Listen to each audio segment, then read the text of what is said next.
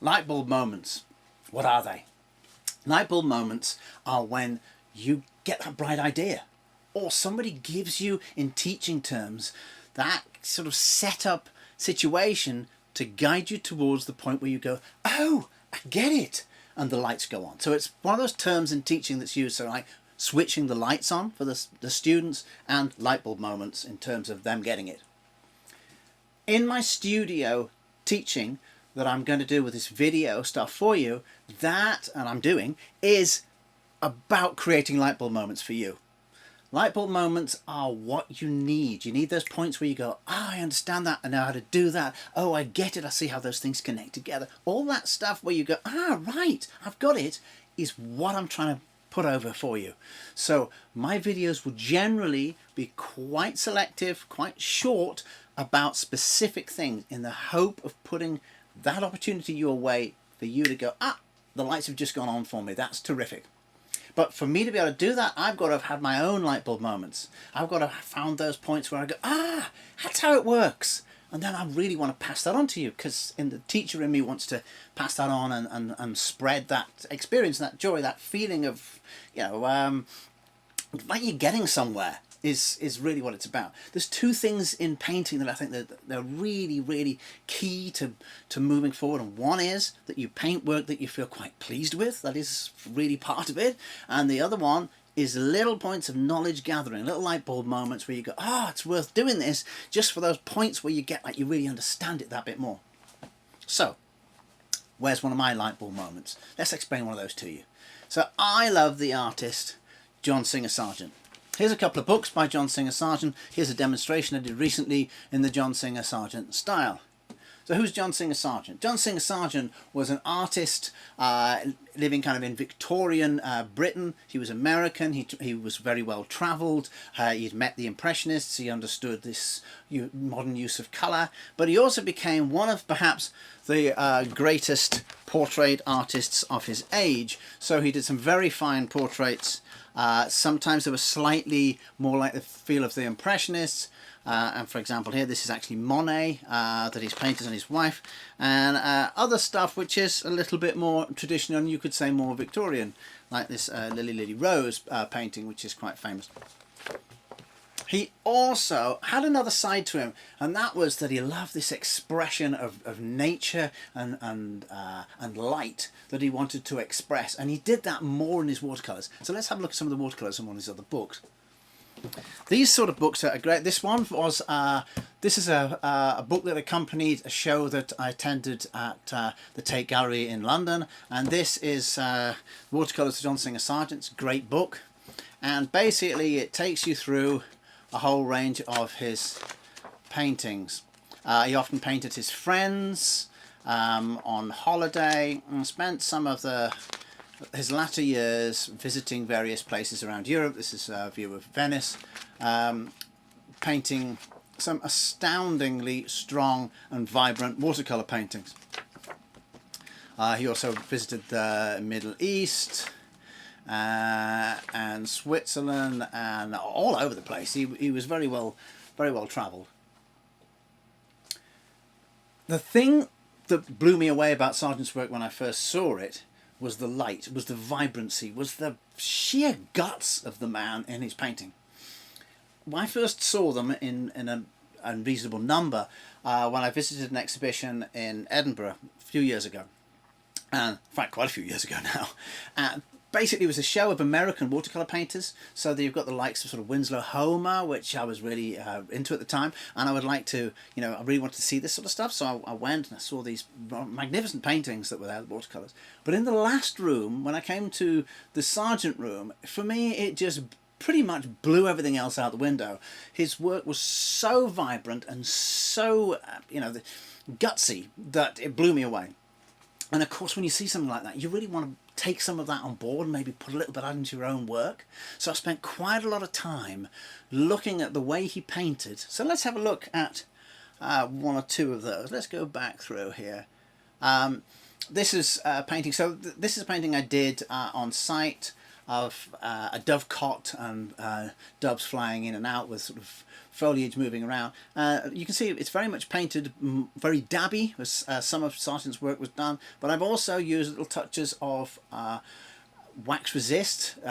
What's wax resist? Wax resist is that's when you put in some, say, candle wax on. So let's say candle wax is clear. You put that on, that would make the white of the paper stay white, and the paint wouldn't actually stick on that. It would run over and not sit where you put the candle wax on. So we did that. He also waited sometimes for the paint areas to dry, and then he did candle wax over. So it's, for the uninitiated, it actually looks more like crayon. So because I didn't really know that that's what he was doing, I hadn't worked that out yet, when I was using oil pastel to make some other little darker marks and playing with oil pastel as a combination. So and so yeah, here I'm also at this point doing this is a view I did of the Lake District, painting a river there, and I wanted to capture that sort of lovely light sparkling off the rocks and the water. And again, this was using watercolour in combination with oil pastel and candle. But also he did some work where he was using gouache in combination with watercolour.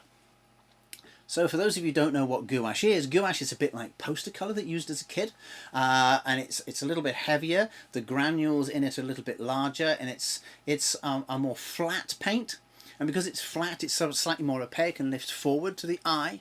So sometimes, like the white bits that he stuck on, are bits of colour that we use gouache, very, very punchy and forward. So it was like a way of accenting things.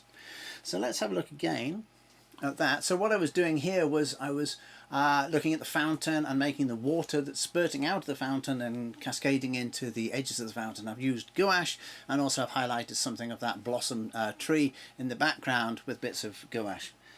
Also, another later point, I was experimenting with going a little bit more impressionistic and using the gouache with the watercolour, but again separate, but sort of stuck on marks to, very much like little dabs of paint in the impressionistic style. In my latest thing, which I did with a class quite recently, last few days, I was looking at this, and this was a photograph of a fountain in the Villa Borghese Gardens that I'd taken recently when I was teaching over in Rome, doing a sketching holidays, which I do. And this, you can see if we go closer, what I've done this time, which is different, is I have combined the gouache and the watercolour in the paint. So I've actually used it in combination with one another, literally mixing the two together.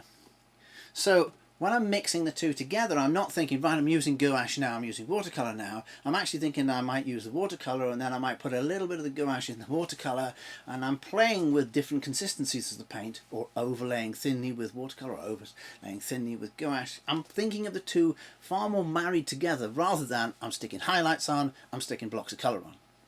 This was my thinking with this. I've been wondering about the idea of the speed of paint. So the way that you look at watercolour's thin and transparent, and it's a little bit more quick on the eye, shall we say, than the gouache, which appeared a little bit more ponderous and slow and heavy granuled.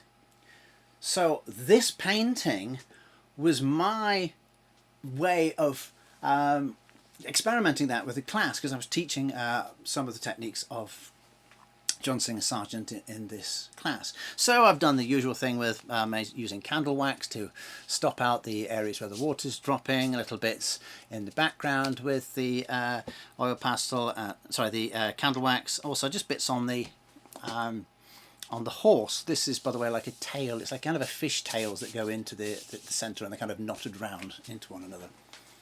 So I've done watercolour predominantly in the areas where it is light, but where it goes darker, I have slowed the picture by using the gouache, and also make it slightly flatter. And what that's done is made this pop out more. And that's the kind of breakthrough bit. When I did it, the difference to me of that painting, the amount of sort of pizzazz that had. Now, I'm not saying it's the greatest picture on earth. I'm just saying it was a demonstration point where you're doing something and showing things in principle, and you get the punch, you get the pizzazz that Sargent has in his paintings. So in other words, I'd cracked a bit more of the puzzle. and worked out a little bit more about what he was doing. It's a kind of a speed of paint thing. Now, I don't expect you to understand that particularly, you know, in my explanation. But my point is, I'm going like kind of, hey, I know how to do that bit. I've just had a light bulb moment. And then I want to pass it on to students are loving it. They're doing pictures which have got more zip to them. We're all benefiting from that light bulb time. So, if you visit my website and you look at the studio, what you're going to find there is lots of light bulb moments, lots of points, lots of opportunities in the teaching that is going to help you move your art forward, because you're going to get more deeper understanding. You're going to be showing different ways to think, different ways to look at stuff, different materials and techniques and all that thing. But that's my aim. I'm trying to switch the lights on for you. And I hope anybody who's out there who really wants to learn to paint and wants just the joy of learning will really get a lot out of the studio section of my website. So that's the address there, jasonskill.com, if you want to have a look at that, which I hope you'll get excited about, and maybe subscribe, which would be terrific. If you want to just subscribe to YouTube, then that would really help. If you subscribe using the red button, click on that, and then anytime I do a new video, you'll be alerted to that fact. So don't forget, jasonskill.com, and I'll show you that painting again that I'm quite pleased with, and leave it there. So thanks very much, and bye.